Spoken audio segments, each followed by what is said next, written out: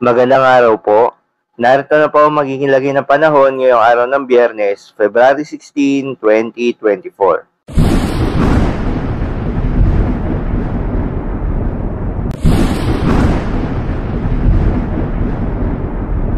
Sa kasalukuyan at ayon sa pag-asa, dalawang weather system ang nakakaapekto sa ating bansa.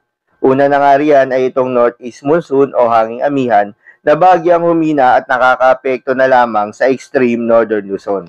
Magandang balita naman dahil ayon sa pag-asa ay walang binabantayan na low pressure area o bagyo sa loob at labas ng ating Philippine Area of Responsibility na maring makaapekto sa ating bansa.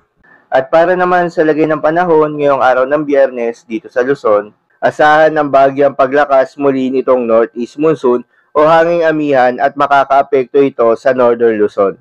Sa Metro Manila naman at nalalabing bahagi ng Luzon, asahan ng maganda at maliwalas na panahon o mainit na panahon. Para naman sa Visayas at Mindanao, kasama na ang Palawan, asahan sa eastern section ng Visayas at Mindanao ang maulap na papawirin na may kalat-kalat na mga pag-ulan, dulot pa rin yan itong easterlies.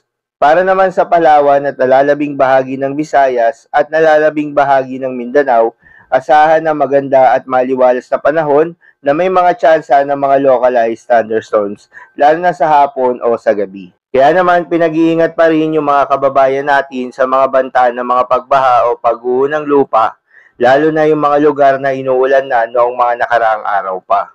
Para naman sa lagay ng mga dagat baybayin, ayon sa pag-asa ay walang nakataas na gale warning sa anumang seaboards ng ating bansa.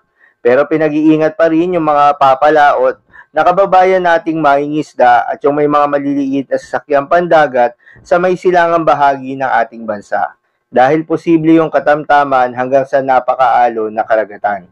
So yun lamang po para sa lagay ng panahon ngayong araw ng Biyernes. Keep safe everyone.